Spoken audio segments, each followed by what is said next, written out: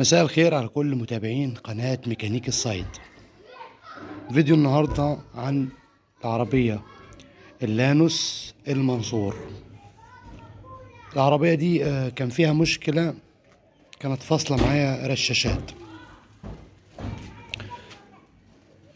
وصلنا في الفحص لغاية ما وصلنا ان المشكلة في الكنترول بتاع الصدر هنا، بتاع المنصور بيركب في الصدر هنا ومشرشر هو وليه فيشتين اشبه اللي بتاع الافيو بالظبط. انا المشكله ان انا ما صورتهوش، انا سحبت الصوره من على النت، نفس الشكل ده بالظبط، يعني اشبه للشكل ده بالظبط. تمام. هو المشكله القديم انسناه عند الكهربائي، بس ايه ابقى بعدين اجيبه تاني. المهم الكنترول فيه عطل ومحدش عارف يصلحه من الكهربائيه والمتخصصين، متخصصين الكنترول. عايزين ايه؟ عايزين كنترول. فضلت الف على الكنترول المشرشر ده، مش لاقيه. ويوم ما لقيته عند واحد قال لي عامل 10,000 جنيه. 10,000 ومعرض انه لو في ميه جت عليه غسيل او اي حاجه معرض انه يبوظ تاني. اجيب كنترول ب10,000 جنيه ونادر في السوق، ووقت ما يحصل فيه اي مشكله في اي سي من جوه محدش يعرف يصلحه. اقترحت فكره على الكهربائي، انا ما عملتهاش قبل كده واول مره اعملها وما سمعتش انها هي اتعملت، بس انا اقترحت على الكهربائي، قلت له هل ينفع ان انا احول الدايره كلها، المنظومه كلها للانوس كوري، لانوس على ابوه، لانوس 2؟ قال لي ينفع، بس هنعوز نشيل المنظومه كلها من بدايه الكنترول لغايه الضفاير كلها لغايه ما توصل للطبلوم جوه. قلت له يعني المطلوب مني ايه؟ قال لي المطلوب منك كنترول وضفاير، عدد الضفاير بس كبار، 3 ضفاير بس كبار. تمام.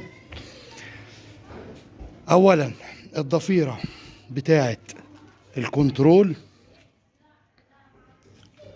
والضفيره اللي ماسكه في الحوض وعلبه الفيوزات، والضفيره اللي جايه من جوه ماسكه في الضفيره الصغيره اللي هي ماسكه في الصدر بتاع العربيه هنا لغايه ما توصل جوه الكنترول. تمام. ادي الضفاير القديمه،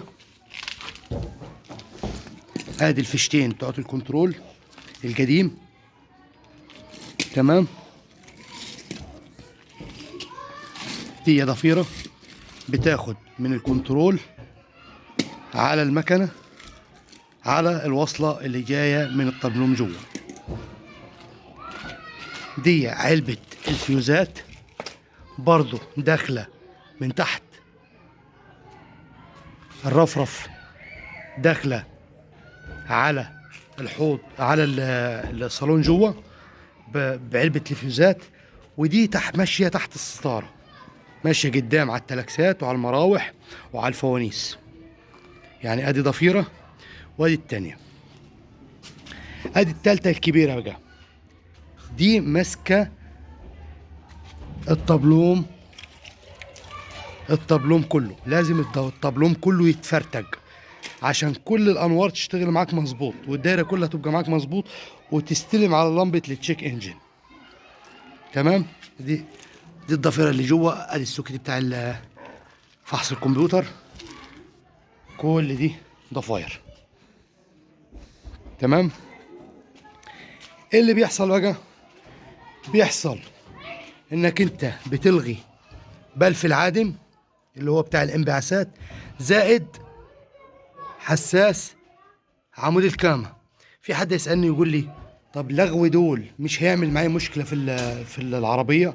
لا خالص، لانك انت غيرت المنظومة كلها، غيرت المنظومة كلها. وده بيتعمل له جوان اعمى، بنلغيه عشان خاطر ما يعملش مشكله معايا في العربيه واخلي العربيه ترخم معايا في المشيه، لان ده لو معلق في جنب معين، يعني لو علق فاتح انا ما اضمنهوش، لو علق فاتح هيخلي العربيه تحط معايا، فبالتالي تحل المسمارين هنا وتعمل له جوان بكنزايه، جوان اعمى، جوان مطبب من غير خرام، عشان ما يشغلش ده خالص وما تضمنهوش، لربما يعني هتقول الفيشه فاصله بتاعته مش مشكله، بس عشان انا ارتاح نفسيا وما اشكش في اي حاجه تصدر منه، تعمل له جوان اعمى وتريح دماغك. تمام. العربيه شغاله 100 فل و14، العربيه ماشيه معاي حلو خالص، العربيه سحبها فوق الخيال، العربيه ما بتهدرش معايا بنزين، العربيه 100 فل و14 زي ما انت حضرتك شايف. الضفيره اللي جبناها فيها الرشاشات العريضه اللي هي بتاعت النوبيرة. تمام. جبت لها عشان خاطر ما غيرش الرشاشات الكنزة بتاعت العربية نفسها، جبت لها فيش وركبت الرشاشات القديمة زي ما هي. ومعاك هنا برضو الموبينة دي بتختلف، الموبينة الفيشة بتاعت الموبينة دي بتختلف، الموبينة دي من التانية، دي بتتغير مع المنظومة بتاعتك. تمام. ونشوف جوه الكمبيوتر. ادي الكمبيوتر بتاع اللانوس العادي بالفيشة الجديدة بالضفيرة الجديدة، وكل حاجة معايا شغالة عادي، وحدة الرفع شغالة تمام، العربي الموتور داير تمام، وهشغله لحضراتكم دلوقتي.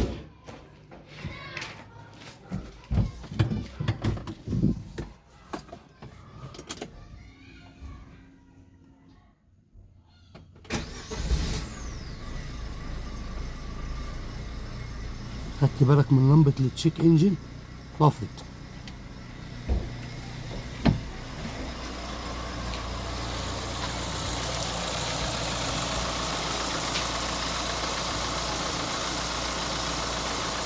ما تقلقش من انك انت مش مشغل بلف الاي جي ار، ما فيهوش اي مشاكل، ما يعملش اي مشاكل معايا، لانك انت غيرت المنظومه كلها.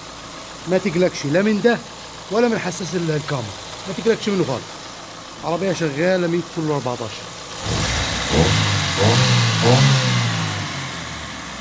عربيه ما فيهاش اي مشاكل، شغاله 100 فل 14.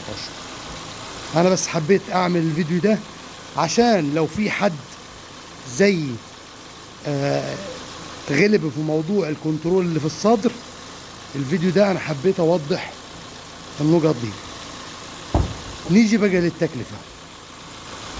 كلفني كام؟ اتوقع كده كلفني كام الموضوع ده كله؟ مش هتتخيل كلفني كام. كلفني بثمن الكنترول، بمصنعيته، بضفايره، بدنيته، كلفني ثمن كنترول. تكلفة اللي حصل ده 10,000 جنيه، 10,000 جنيه، وبالاسم وبالعناوين. انا هنا فاتح في اسيوط، الضفاير دي انا خدتها من واحد مشهور في اسيوط اسمه عم رماني طلعت. الراجل بصراحة لما رحت له كان متكاتف معايا وظبط لي الدنيا خالص، اداني المنظومة كلها على بعضيها، اداني الكنترول والضفاير، سهل لي كل المأموريات، واداني مبينة، وكان رحيم معايا في الاسعار. على فكرة لو في اسعار اقل من كده، بس مش زي الوضع اللي حصل معايا. انا مديني الضفيرة جوه اللي بتاعت الطبلوم دي بكياسها جديدة نوفي، والباقي كله استيراد. اللي جوه بكياسها، يعني يمكن النهارده يعمل لها فرنج 3000 3.5، وقتها حسابها لي ب 2000 جنيه بصراحة. والكهرباء الله يبارك له برضو ظبط الدنيا. هي العربية اتأخرت يومين بالظبط عند الكهرباء، او 3 ايام بالكثير، عشان ما اكون صادق في الكلام، 3 ايام والعربية خلصت. بس بصراحة فرتك الدنيا كلها، فرتك قدام وورا وفوانيس وطبلوم، وطلع الدنيا كلها بره. بس ادي اهو حضرتك شايف الموتور شغال 100 فل 14، والعربيه على الطريق حلوه خالص، يا دوب خدت لها لقطه هي وماشيه وتمام التمام. الكمبيوتر اللي جوه لو باظ وحبيت تغيره يعمل له 600 700 جنيه 1000 جنيه يا سيدي. الكنترول اللي جوه ده بتاع اللانوس يعمل له قول 1000 جنيه بس اسيوط هنا يعمل له 600 700.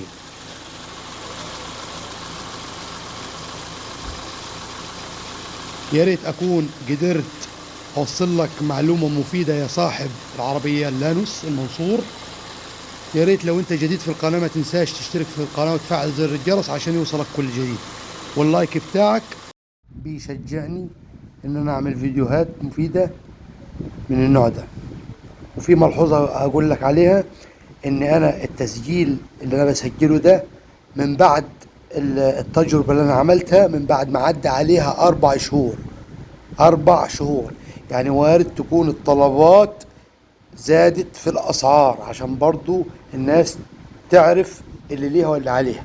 انا بصور التصوير ده من بعد ما انا مر على العربية 4 شهور من التجربة اللي انا عملتها، عشان اشوف هل في عيوب تصدر منها او لا، عشان ما بقاش انا بقى مسرع في عمل فيديو لحاجة لسه ما جربتهاش. شكرا لكل المتابعين.